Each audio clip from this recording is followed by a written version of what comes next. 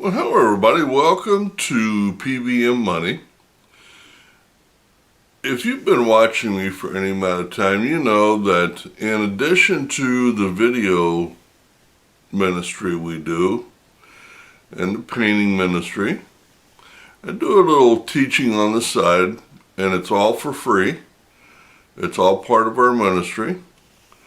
And we've had a couple, 3, 4 come in, and this week we've added another couple. Now, as you may or may not know, when I do these, I do not use actual names, and I tell the people up front, I'm going to use you in my videos, but I'm not going to use your names. Because, well, most people don't want their finances all over the internet. So anyway, this couple, they are not married, but we're going to call them Ken and Barbie. They're boyfriend and girlfriend. He is 20. She is 17, I believe. And I work with Ken. Now, when I heard this young man's story, I knew I had to teach him. He did the 9th grade twice and then dropped out. He was in Atlanta, Georgia. Kicked around down there for a while. Couldn't make anything happen. So he packed up his stuff at 19 and moved to Illinois by himself. With no GED, no college, no high school, no job prospects, and just moved up here. Now his mom lived up here, but he was not allowed to live with his mother, but she did help him find a place to live. They were driving down the street one day looking for a place, and she sees an old friend of hers. She's from here in Illinois, and she's lived here the whole time. She sees an old friend out working on a house. She pulls over, he stays in the car, she gets back in, she said, I found you a place to stay. Now I've thought about this, and I don't think this was very nice. But his mom followed this guy to a dilapidated house, made him sign a contract for deed where his monthly payments was $550 a month, and it was in desperate need of work. And this kid had no source of income, no job, no prospects, and now he's on the hook for $550 with a junker hanging around his neck.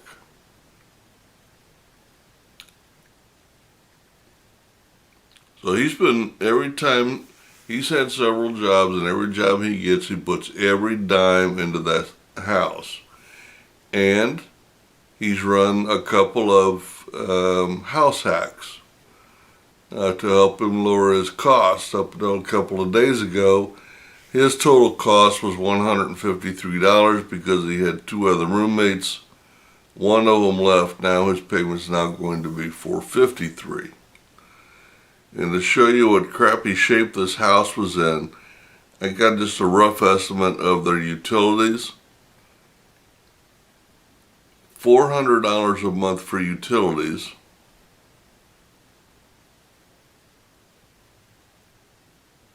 $400 a month for utilities. His rent is $430. He's got no car. He recently got a job here as a maintenance guy, but he's got no transportation here, no car, still putting money into the money pit.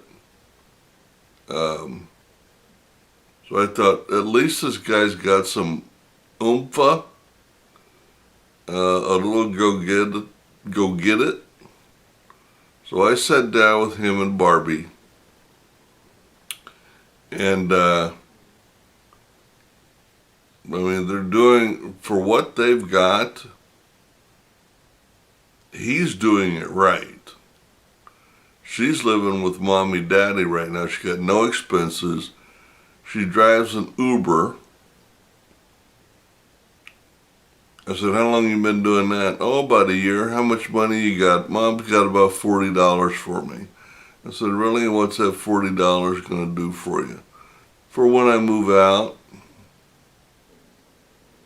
$40.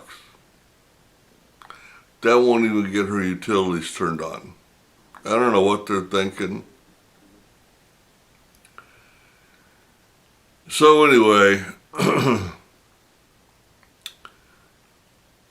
I sat down and talked to him, and I told him, I explained to him that they were, although they were in a tough situation, considering where they could be, they're doing very good.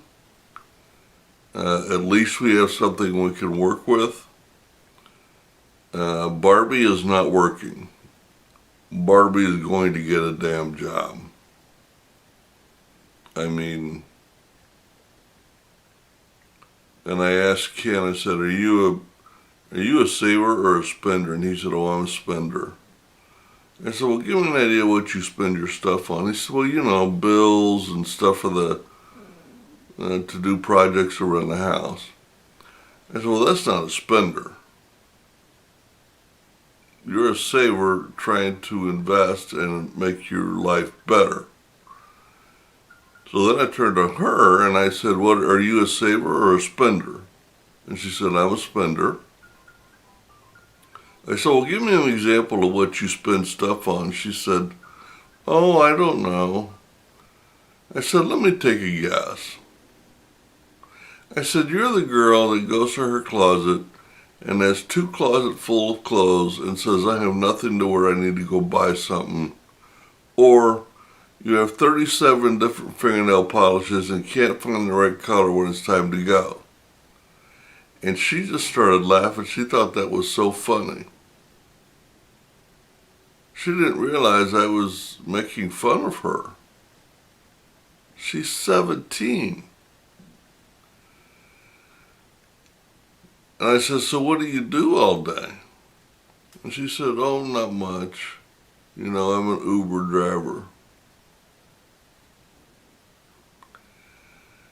I said, go get a damn job.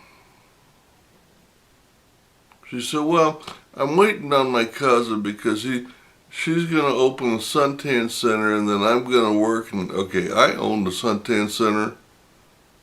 The best she's going to do is minimum wage, and what she's probably going to get is less than minimum wage plus free tanning. I said, go get a job now so you can work it in part-time with your other job. So I made them the usual promise. Give me 10 years, we'll have you financially independent. But you can do what I say, when I say, how I say, and don't question. I said, I will listen, I will entertain, but when I tell you to go do something, you go do something. That's because the first time you don't, I'm out. This isn't a put it together as we go. And I told him, like I told everybody else, the secret to wealth is not a secret. Everybody knows what it is. Nobody wants to do it because it's hard. I think you're young enough, and I know that he wants it bad enough. So, right off of the bat, I told her to go get a job. I told him to get a little part-time job and stop at the projects on the house. And so then I sat down and I've gone over just by myself the things I'm going to have them do. And I'll cover that in another video.